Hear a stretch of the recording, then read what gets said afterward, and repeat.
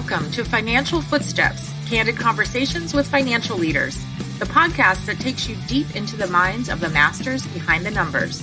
Join host Chad Dean as he connects with financial leaders as they share their journeys so that we can gain valuable insight from their failures and triumphs. Get ready for candid conversations, behind-the-scenes anecdotes, and practical wisdom that will transform the way you think about your career in finance. Put down the balance sheet and listen in. Hello, everyone, and welcome to Financial Footsteps, where we explore the backgrounds of financial leaders who want to follow in their footsteps. Before I introduce today's guest, I want to explain the purpose of this podcast. I get asked that frequently. So when I place people in a new job, it's a one-on-one relationship. They get to find a great new job. The company gets a good new employee, and I get satisfaction out of that. What I'm trying to do is create a repository for students or for people that are young in their careers that want to learn how somebody achieved the executive title. And thanks to my guests' generosity with their time, we're able to really delve into things and ask really intriguing questions to help out our audience. So having said all that, today's guest is Claire Janssen, who is CFO of Ensemble Investments. Welcome, Claire. Great. Thanks, Chad. Thanks for having me. I'm excited to be here. Absolutely. So our audience may notice this is our first time not being in studio. So we're going to see how it goes. Hopefully we can pull this off, but we've been doing a little bit of practice beforehand, so I think we can get this done. So Claire, everybody likes to hear a little bit about the personal side of things. So tell us kind of about you and where you're from and where you grew up and that kind of thing.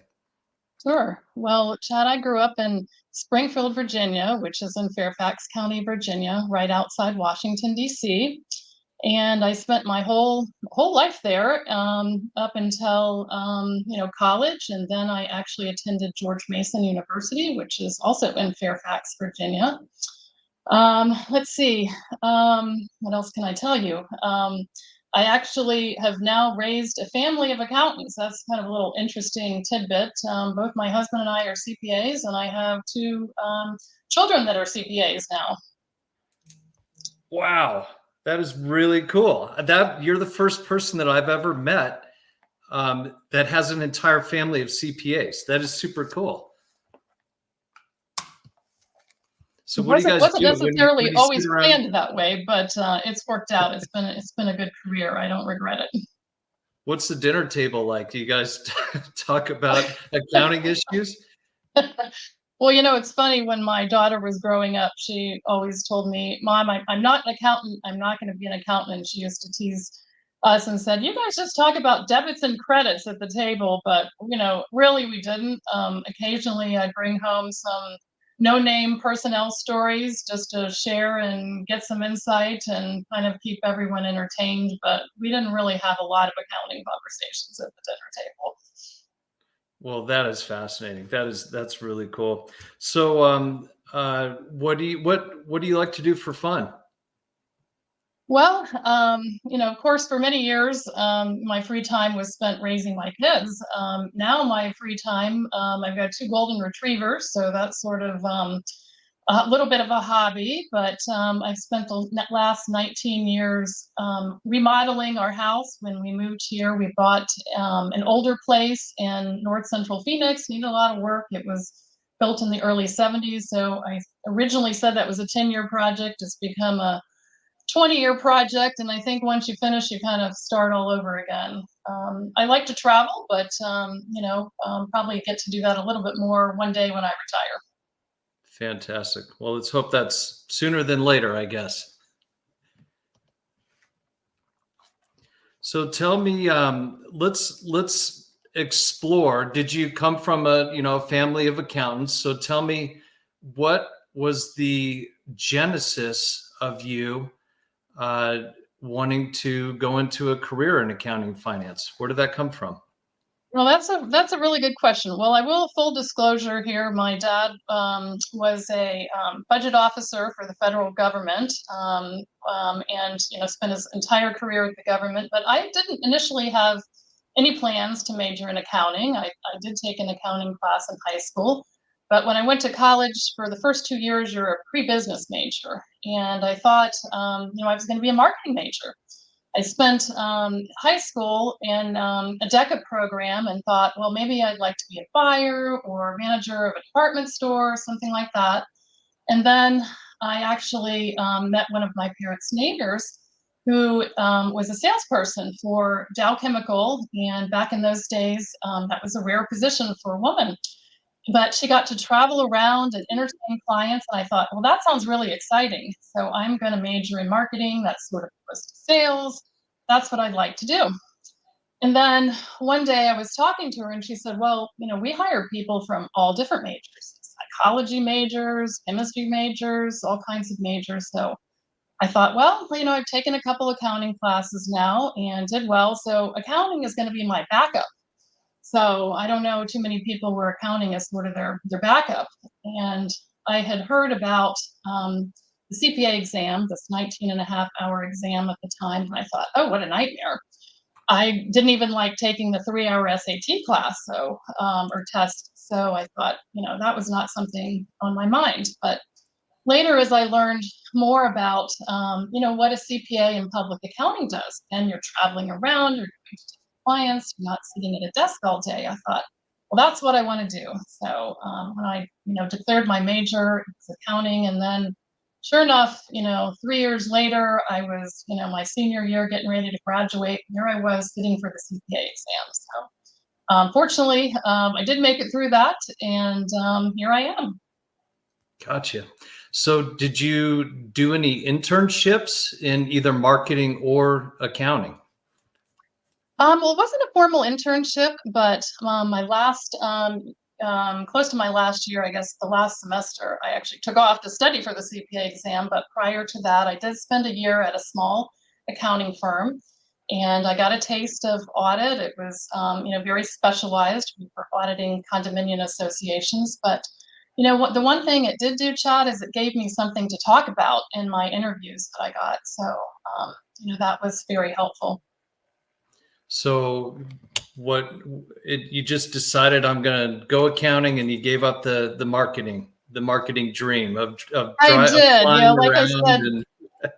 once I learned about, what people in public accounting do, I thought this is sort of a combination of what I'm interested in, working, I was kind of fearful of like being stuck at a desk all day. It's kind of funny looking back on it now, being stuck at a desk all day, doing the same thing day after day. You have this, vision of what an accountant does. And once I learned about public accounting, getting to work on different clients, different assignments all the time, that was what interested me at the time. Awesome. Well, who knows where you would have been if you went to work for Dow Chemical, but you're here now and had a very successful career. So that's great. So tell us about that first job. What was that like? And did you feel prepared when you came out of college? Well, I actually do feel like my education at George Mason really did prepare me very well for the CPA exam. It doesn't prepare you for all the practical things that you do for sure, but I did get a good education. A lot of it, quite frankly, is on-the-job training. Sometimes it's hard to apply some of those principles, unless it's something really technical that you learned in school to the real world. But I do feel like it did prepare me well. But, of course, there's a lot of unexpected things as well. Mm-hmm. Let me ask you this question. This just kind of popped into my mind. Do you, when you see junior, brand new accountants coming out of accounting programs, do you feel that they're as well trained as you were? Is it similar? Most part. I mean, of course, it depends on the program that they were in, but now the beauty is that kind of in some ways there's higher expectations with a lot of things that are automated. Quite frankly, they're doing a little less of what I call the grunt work that we had to do. So And then, of course, a lot of them, if they're CPAs or they're studying to be a CPA, have an extra year. I wasn't required to have that when I obtained my CPA. So I think for the most part, they are prepared. But, we all come out of school a little naive, right? Yeah, that's fact. That's fact. That's what we're trying to do with this podcast is help them understand what they're getting themselves into. So tell us what you learned in that first job, and how long were you in it? Well, I actually stayed in public accounting for 5 years. So I was fortunate enough to have 3 promotions during that time period. But the firm I worked for at the time, it was a very large local firm in Washington, D.C. We had a lot of, prestigious clients. But we did whatever back in those days the client needed. If it's an audit or tax return, consulting type engagement. We did whatever they needed. One interesting assignment I can tell you about was a little different than anything I had done at the time, but this was actually kind of a friend of the firm, not a big client of ours, but the managing partner sent me out to this engagement, and the law firm, it was a law firm. They had a challenge with the controller that had been in place for a while, very smart woman, but she wasn't able to get things done in time. Things were late, and he asked me to go out and figure out, what is going on there. So I went out there for a couple of days and came back, and then he said, "Well, what do you think?" And I was a little hesitant to throw her under the bus, but I said, "Well, she's really smart and she's really busy, and very large workload." And he stopped me right there. He said, there are 2 kinds of people. There are people that make excuses, and there are people that deliver. And so, lo and behold, we made a recommendation to actually for the client to terminate that controller. And then the firm helped hire a new controller. And the new controller came in within 2 months, had everything caught up, and then helped collect, I think it was something like 250,000 of old receivables. And this was a pretty small law firm. And so back in that day, that was a pretty big amount. But I never forgot that, saying that he said to me about, being either, you're going to make excuses or you're going to deliver. So, I consider myself pretty goal oriented, and, you try not to make excuses, right? Hey, in this world of memes, I think that'd be a good meme. I like that a lot. That was a good early lesson for you. It was. For sure. So what'd you do when you left public accounting? So when I left public accounting, I actually was moving to Atlanta, and this was the case of being at the right place at the right time, I think. I initially thought, oh, we'll probably take the summer off, look for a job, and on a trip, kind of a house hunting trip that we had to Atlanta, I actually landed with this, really good recruiter who sent me out that very same day to an interview with Equitable Real Estate, which was a very large institutional real estate company. A couple of acquisitions along the way, it later became part of Morgan Stanley. But I worked there for 10 years in several different capacities, and it was a fantastic start to my real estate career. Wow, that is fortuitous, and I love that it was a recruiter too. Nice plug there. So walk me through switching to, well, first of all, why did you switch to industry, not just go to another public accounting firm in Atlanta? It's a good question. I considered it, but probably only for a moment. I felt like, 3 or 5 years was a good time to make that transition. And I didn't know anyone in Atlanta. And, I guess it was probably a few years off from when I would be responsible for bringing in clients and that sort of things. But, I thought it was a little bit of a disadvantage not having grown up there, not having lived there. But plus, I was ready to try what's life like on the other side. Why did you move to Atlanta? Well, actually, we moved with my spouse's had an opportunity to get a promotion there with the company that he was with. Fantastic. Did he also, I mean, this podcast is about him, but just curious, was he in public accounting as well? He was not, and this was actually a former spouse, I should say. So, Gotcha. But he had a CPA as well, so must attract CPAs around me for some reason. Yeah, that's interesting. So, so tell me the transition the to industry. Tell me about that. Was that a shock? Was it exciting? Tell me about that first role that Yeah, you had. it was both, positive and had its challenges. We talk about, leadership and kind of what motivates people.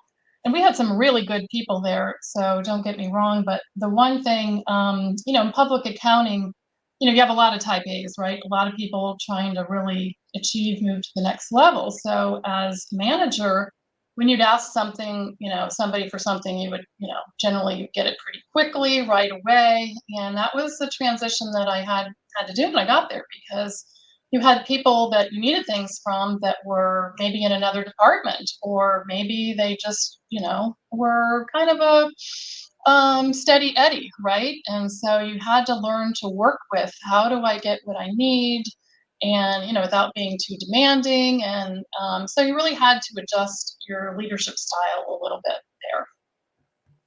How did you learn how to do that? Just patience? Is that Yeah, patience for sure, and just sometimes it's asking questions and just better communicating. Not just saying, "Hey, I need this. Can I get this by Monday, or whatever date it is," kind of explaining, the due date, kind of working around, what is your priority? When do you, a lot of times if you ask them, when do you think you can get it to me? Sometimes you can actually get it earlier than you might expect. So it's a give and take. And then, sometimes obviously working through that person's manager, sure? make sure And everyone's on the same page.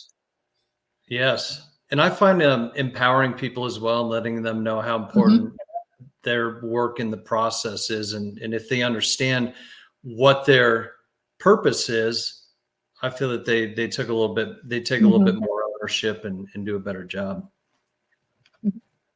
So, so you said 10 years, and obviously you were getting promotions along the way. So kind of walk us through that 10 years Hmm. and how you grew in your role. Right. Well, the first role I had was really, it was kind of an interesting combination. I had half of my work was corporate tax work, which I had a tax background, but not so much all this multi-state work. So I had to kind of pick up and learn it myself, because the person I was working for was not, a tax person. But I actually really appreciated that, having the opportunity to figure it out and learn on my own. The other half of the work I had was, accounting work that didn't fit in the nice, neat little pension fund box that Equitable's clients were. So I had like a REIT that was a deal that we did with a large institutional player. I had a group of properties with some international Japanese investors. And I had then it kind of grew along the way. We got this Netherlands Antilles company. They all had a lot of unique requirements, if you will. One of them was publicly issued, not traded. So I got to do some SEC reporting there.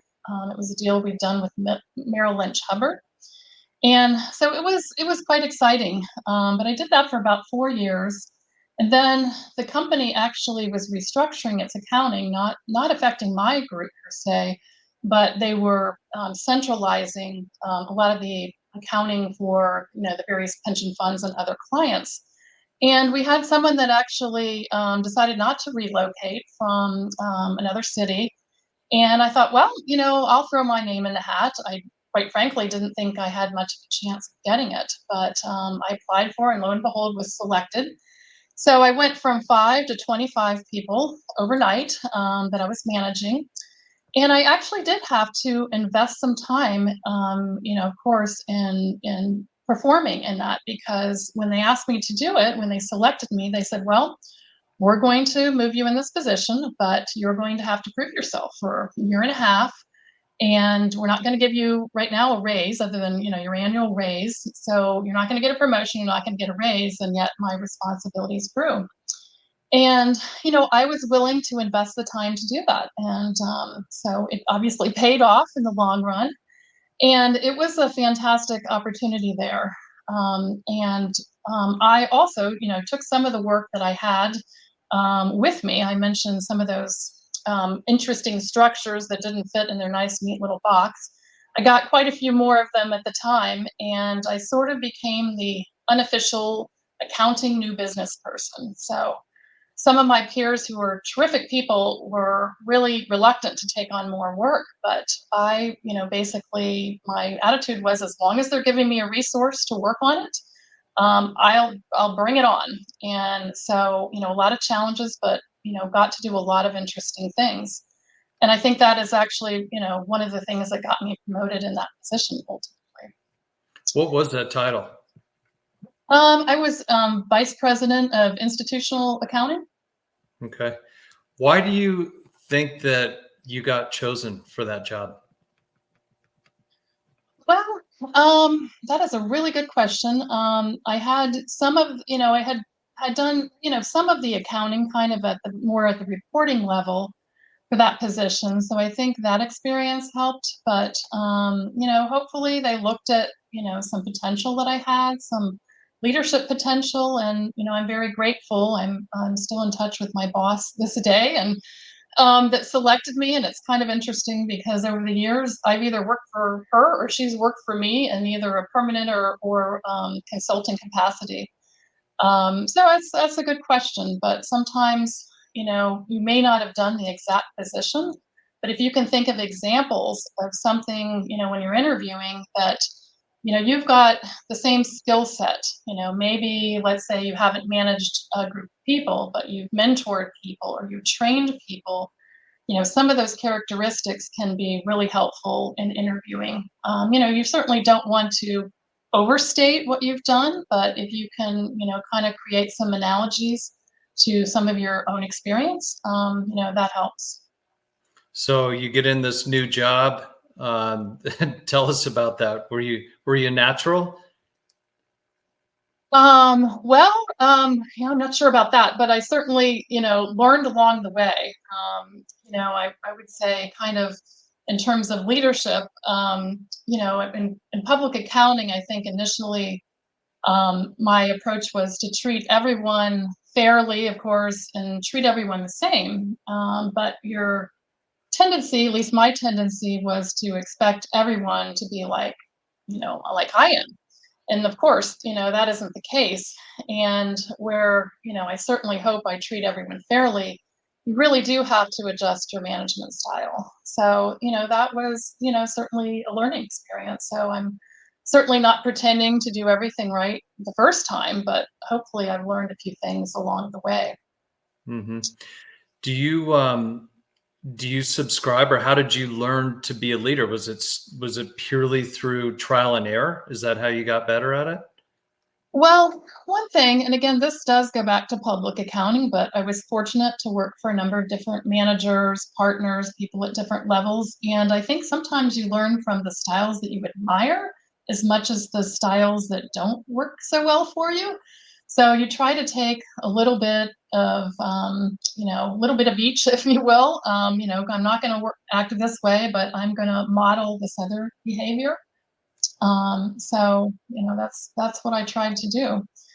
Certainly, made some mistakes along the way.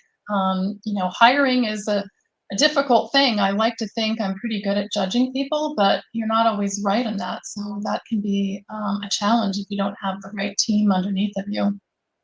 That's an absolute fact. And it is so hard hiring people, and it's really strange that they could go through the entire process and you think that they're going to be the one, and then they get in the seat and you're just trying to figure out where was the disconnect. And it's one of the big mysteries in business, I believe.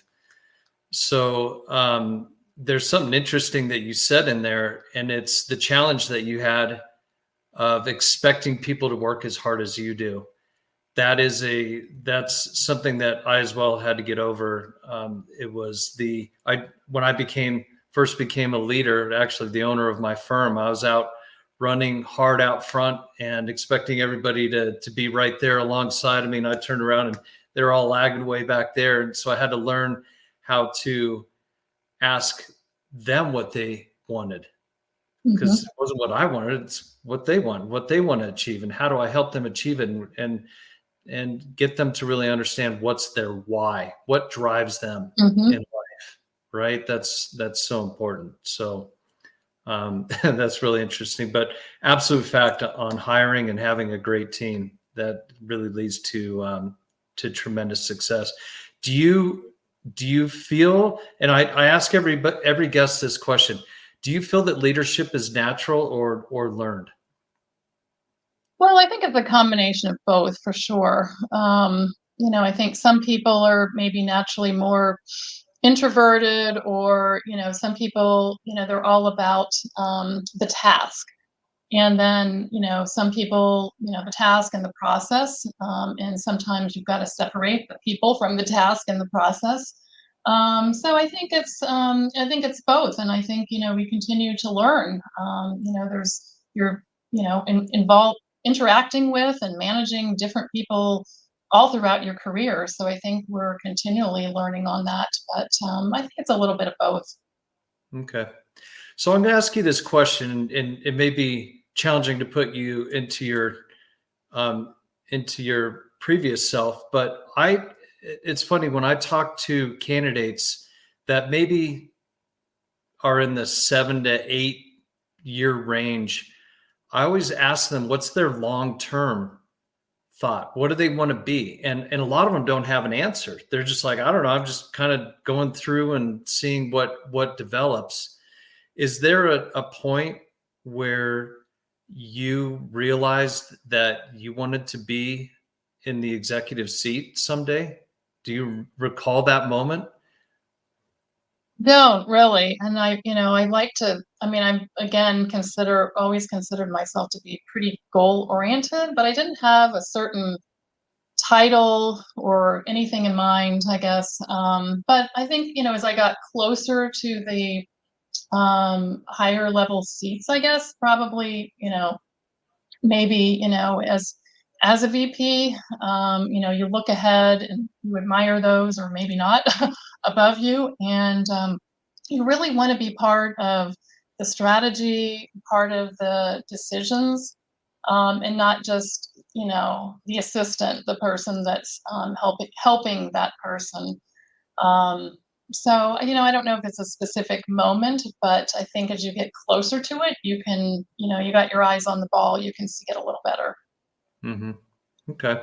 So you left Ensemble, looks like, right before 2000. What was the decision there? Oh, when I left Equitable? Mm-hmm.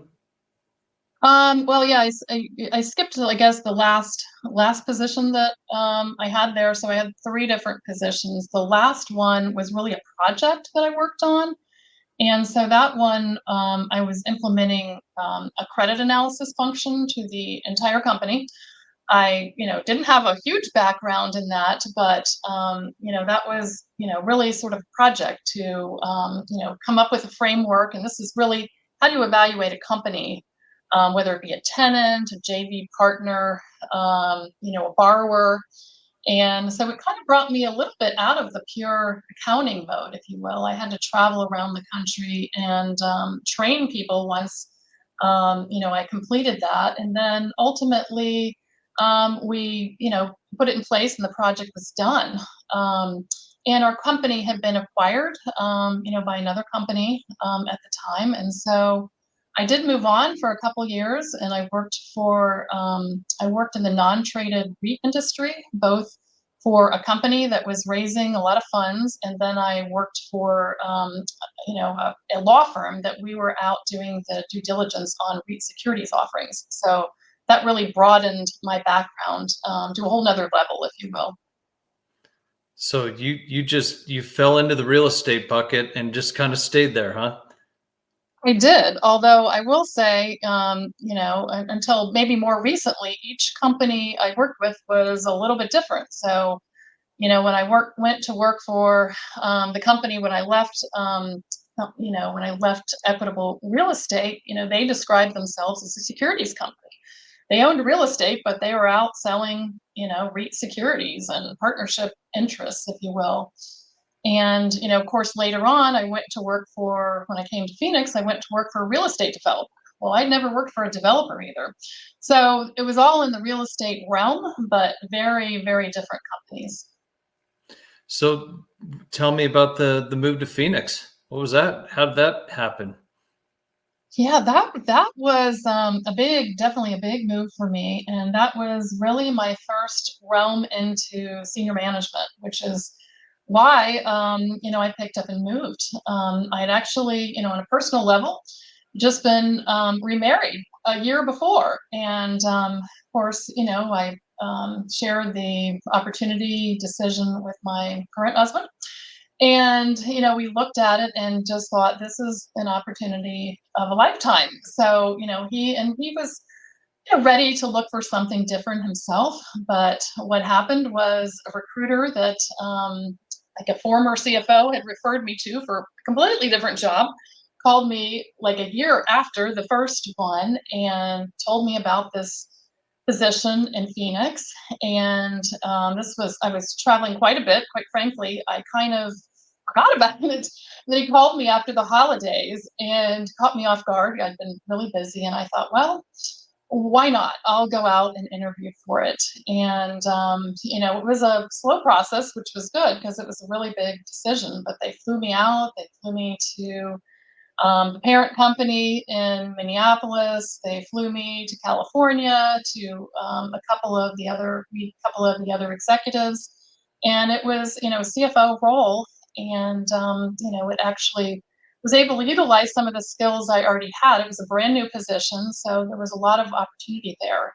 But I'd only lived in the DC area, Northern Virginia, as well as Atlanta. So moving to Phoenix was quite different. And of course, at this point, I'm uprooting two kids and moving them across the country. So it was a pretty big decision.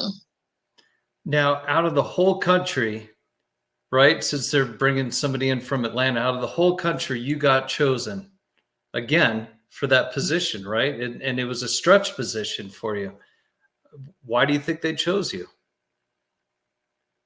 That is a really good question. I think that I had enough again. I had pretty sophisticated experience at that point, but I think that once you get to that particular level, the technical skills are sort of assumed, if you will. I mean, you kind of are at a minimum level generally when you're being interviewed, or at least they expect it. And so, really, what it is at that point is a fit. So the culture of the company really seemed to fit. It was an interview, of course, on both sides, as it always is. But I had talked to, of course, all the other executives, and it was very interesting because several of them had actually worked for the company, left the company, and then came back. And to me, that said something, well, they thought the grass was greener on the other side, but it wasn't.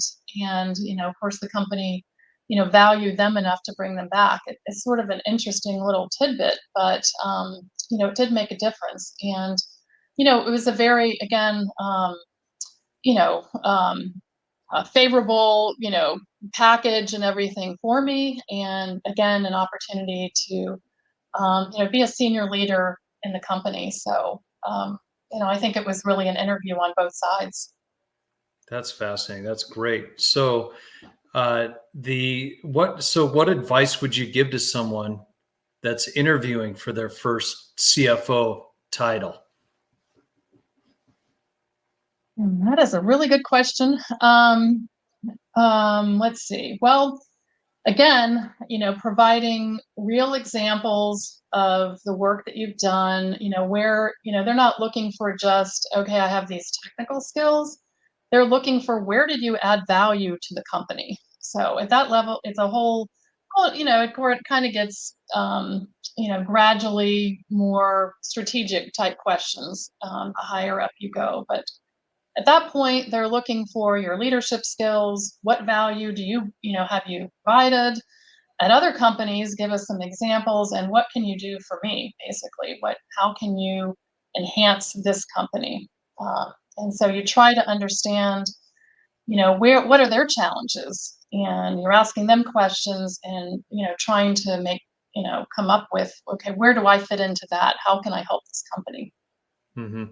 Yeah, people that have difficulty articulating their value are often passed over. You've really Mhm. got to understand. And what I suggest to people is, as they go back when they're going into before they go into an interview, go back and look at their previous positions and actually write down what are they proud of that they accomplished, the value that Mhm. they provided, and what challenge did they have to overcome. Because people want to know that you can overcome challenges. You're not making excuses, right? Mhm. So that's something that I recommend to people. So when and while we're on the subject of interviewing, because I always find that it's part of my job, right, is talking to people and training them how to interview and debriefing them and stuff. What do you look for in individuals when you're interviewing them? Okay. Well, I actually have three things that I look for, and quite frankly, maybe it's to a different degree, but really the same similar things for every position. So one, you're looking for somebody that's smart. Now, I'm not looking necessarily for a 4.0 grad, especially for an AP position, right? But somebody that's got aptitude to learn. So that generally, a lot of times you figure that out before you even interview them, right? Secondly, probably one of the most important things is I'm looking for somebody that takes initiative. So you talked about what are these things that this candidate is proud of?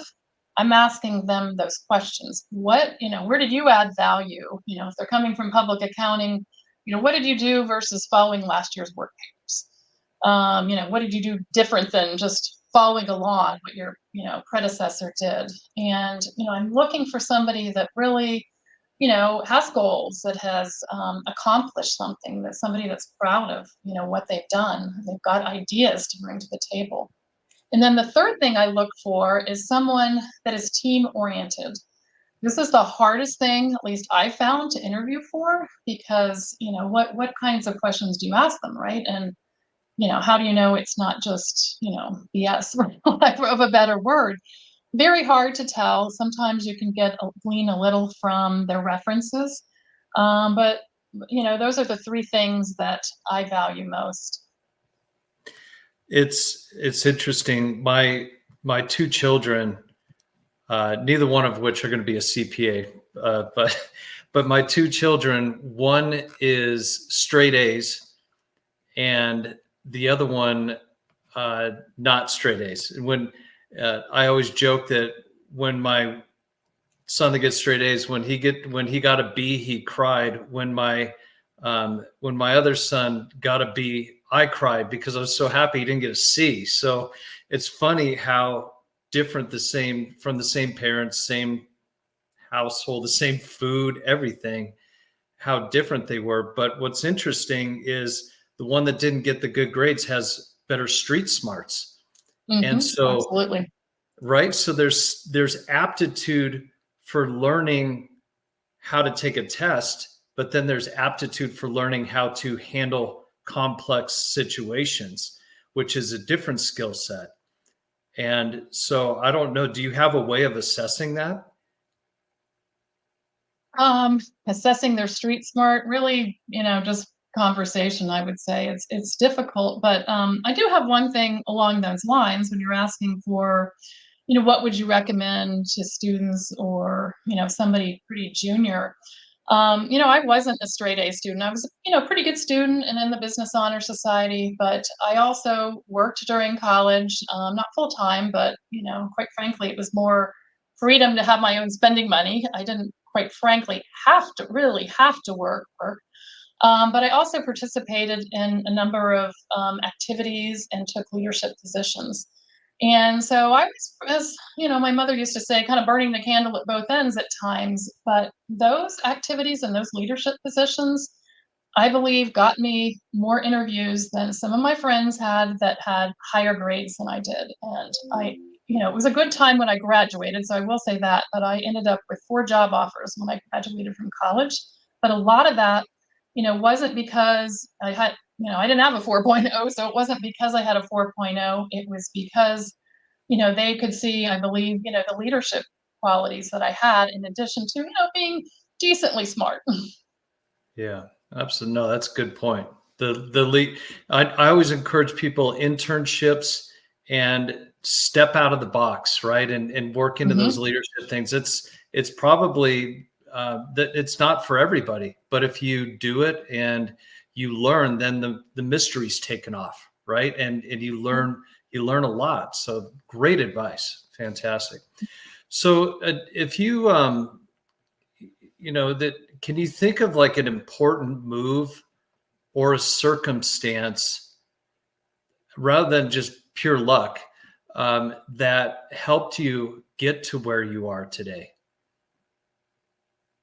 A particular move. Well, I would say the one that I talked about, the business credit analysis role that I took, because I really had to step outside my comfort zone to take that role. And it really developed me, outside of accounting. And as I mentioned, I traveled around the country, first finding out what kind of analysis are people doing now? How are you going about this work? Which I found out there wasn't a lot, right? But I got to meet with the portfolio managers and the asset managers and the capital transactions folks. And the team of I reported to a team of people basically in the executive, office. And so it gave me a lot of exposure. Now, exposure also is a lot of risk, right? But that was a particularly good move that I made. Um, let's see. And I think getting the variety, as I mentioned, my father worked for, it was a couple different agencies, but, same, federal government his whole career. I have a couple other relatives that, been fortunate enough to work for the same, large companies their whole career. But, for someone in my particular industry in real estate, I think it's actually been advantageous to work for several different companies. Now, on the flip side, I don't think it's great to these people that jump ship every year. Really, you need to invest time and contribute to a company, if you will. Sometimes it's you can't plan for it, right? If the company's sold or downsizing or something like that. But I think overall the variety of experiences has helped me. Again, taking the risk when I took that business credit analysis role when I moved to Phoenix. I mean, there was some big risk, and I had, not just for me, but my whole family involved, right? And that whole move. So sometimes don't be afraid to take a risk. Oh, fantastic. You mentioned something extremely important that I don't know how much it gets talked about, but people don't understand. You can make a couple of moves at the beginning of your career, right? It just wasn't the right fit. You haven't learned what is the right fit for you. But at some point in year 5, 6, 7, 8, you should be able to figure out. And you mentioned it earlier, you're going in and you're interviewing them as well.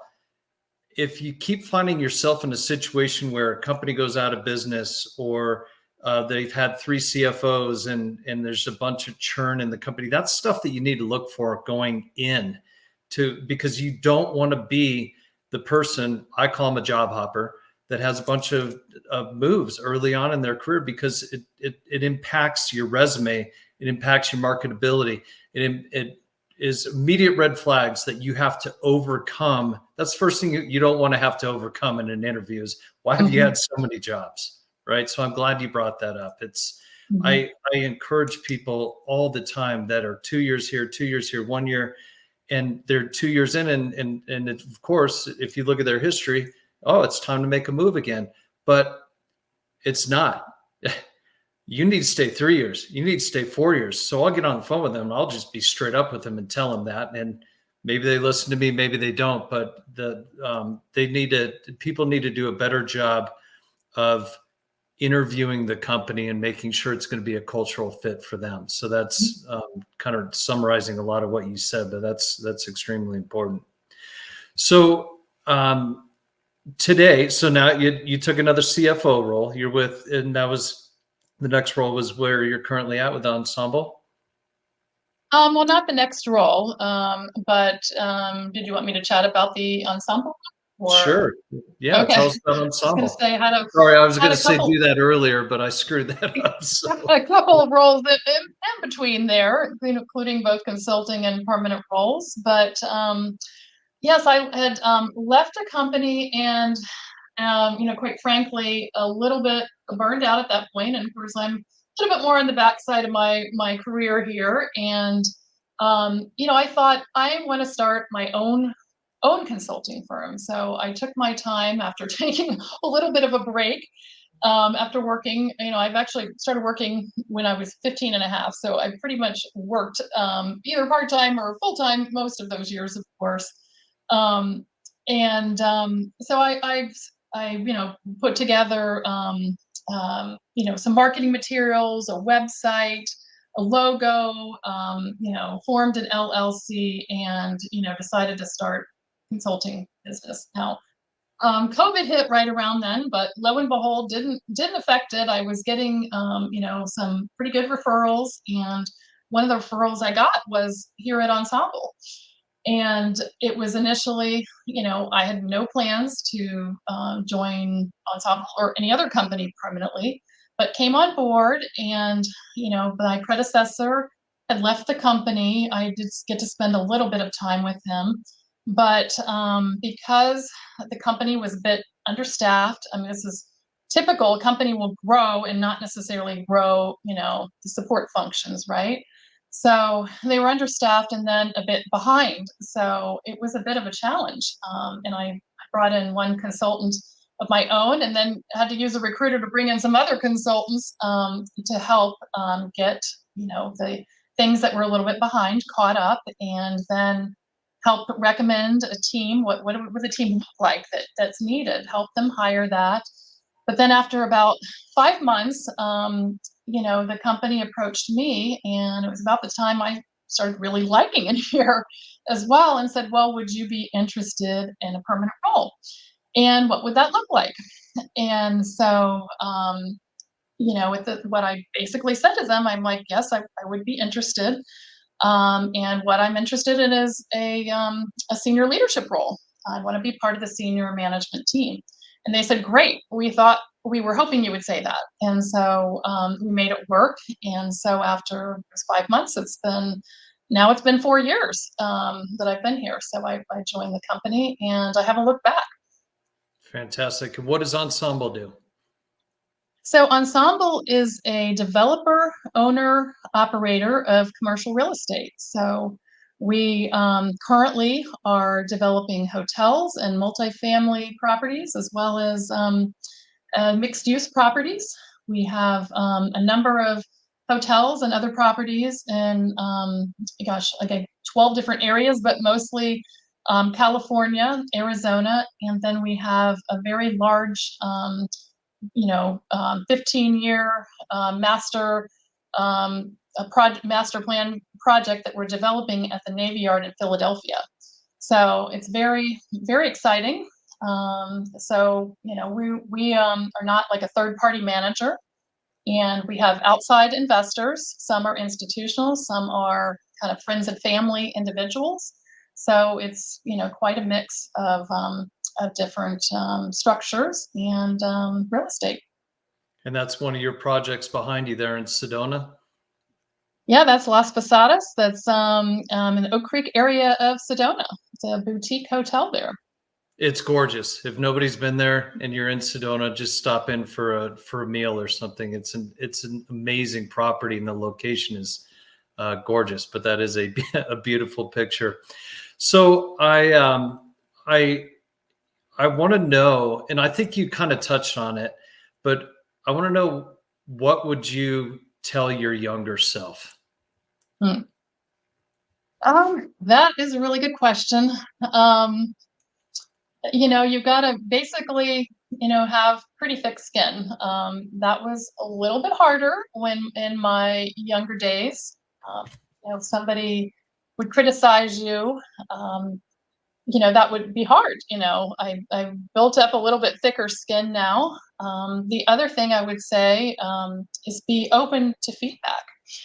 And I think, I did a pretty good job of that, but I think we're all sometimes a little bit defensive, right? If somebody criticizes you for something. And I have one example back, and this was my Equitable days, and it was a pretty favorable evaluation overall, but my manager had talked to one of the portfolio managers and had some feedback that I quite frankly disagreed with.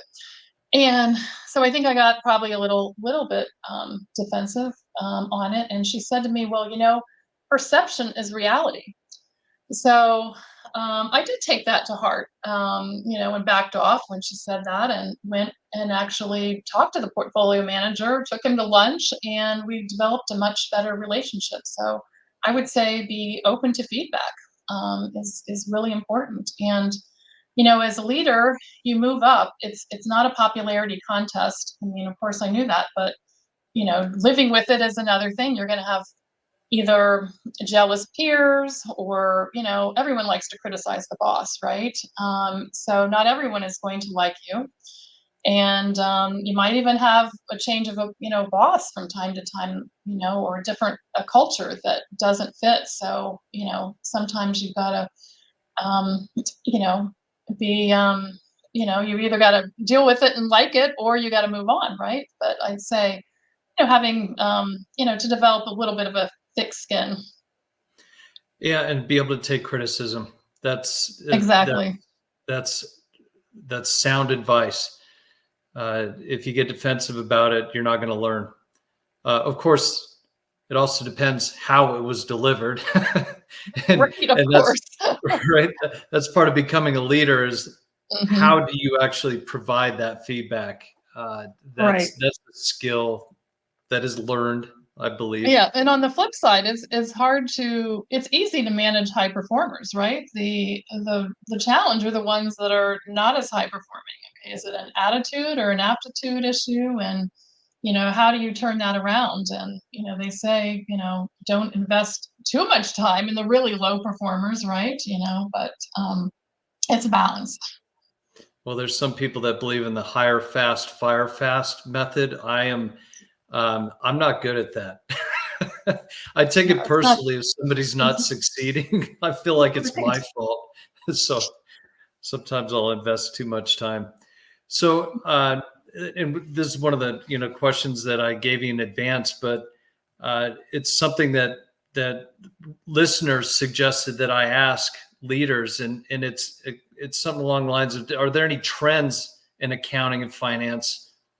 Obviously, an easy one to pick on is artificial intelligence, but are there any trends that you think are going to affect the future of accounting and finance for better or worse?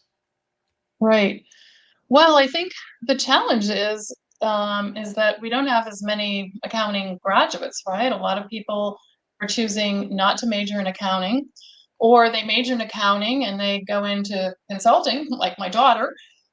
Sometimes those positions are more lucrative, luring people, into other things. So I think it's going to be challenging for those that, for the industry. And I think public accounting is going to have to change a little bit because, we were just willing to work, however many hours it took. If it was 80 hours a week, you work 80 hours a week because that's what needed to get done. I think, today's graduates are not all willing to do that. And quite frankly, I don't blame them in some cases for that, right? I think AI is going to, it's going to be interesting. I think the positive thing about that and some other, automation efforts that have been put in place the last few years is that it actually raises the level of work, high quality of work that you're expected to do and that you have the opportunity to do, right? Because there's a little less grunt work, right? A lot of that transaction work is now automated. So it's more interesting work for graduates. So I would hope they would be attracted to that. But at the same time, sometimes you can learn a lot from doing a little bit of that grunt work for a while. So I think the expectations are going to be higher. That you can kind of synthesize and understand that without actually going through, say, some of the testing and some of that real entry level work that you do. But I think overall it's going to be positive in terms of AI. How do you think that the public accounting firms change the perception of their cultures? Well, I don't know about changing the perception. They have to change reality a little bit, but it is challenging because, right now, some of the accounting I'm hearing, the accountants are not necessarily paid as much as some of their peers, so that's attracting them away. But I'm also hearing from the CPA firm partners that the accountants are wanting to work less but make more money. So, it is a challenge for them. It might cut into the profits of, the partners. Nobody's wanting to do that, right? It may actually raise the rates for clients, to be able to hire those accountants. But they, definitely, need to be, flexible. I know accounting firms have talked about this for years, but, it needs to be the reality. I think some firms have done a better job of it than others, but, you know, internally, I understand the firms too, because when you're losing people or you have a lot of turnover, guess what? There's more work left to do. It's hard to say, well, don't worry about it, just work 40 or 45 hours a week, right? They have a book of business to, be able to, that they need to serve the clients for. So it's kind of a challenge all the way around. And I think they're seen as a training ground, right? It's good. Go into public accounting, go get your 3 or 4 years, and then you've got your ticket punched for the rest of your career, which frankly is probably true.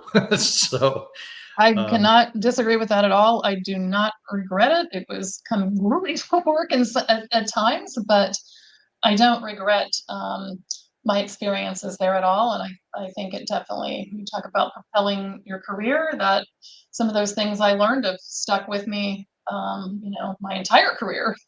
mhm. Let me ask you a question. I talk to candidates sometimes that say they chose to go get an MBA as opposed to a CPA. What are your thoughts on that? Well, I do think a lot of companies value that. Sometimes, had I wish I'd taken the time to do that. Perhaps I think a lot of it you can learn on the job, but it is a valuable. You do, learn a lot of valuable things in those programs. I know they have a lot of what do you call it, like scenarios and real life situations that you're, dealing with case studies and things like that. I think it's important to get experience though before you actually try to, go do an MBA program, because then you've got some real life things to apply, in that particular program.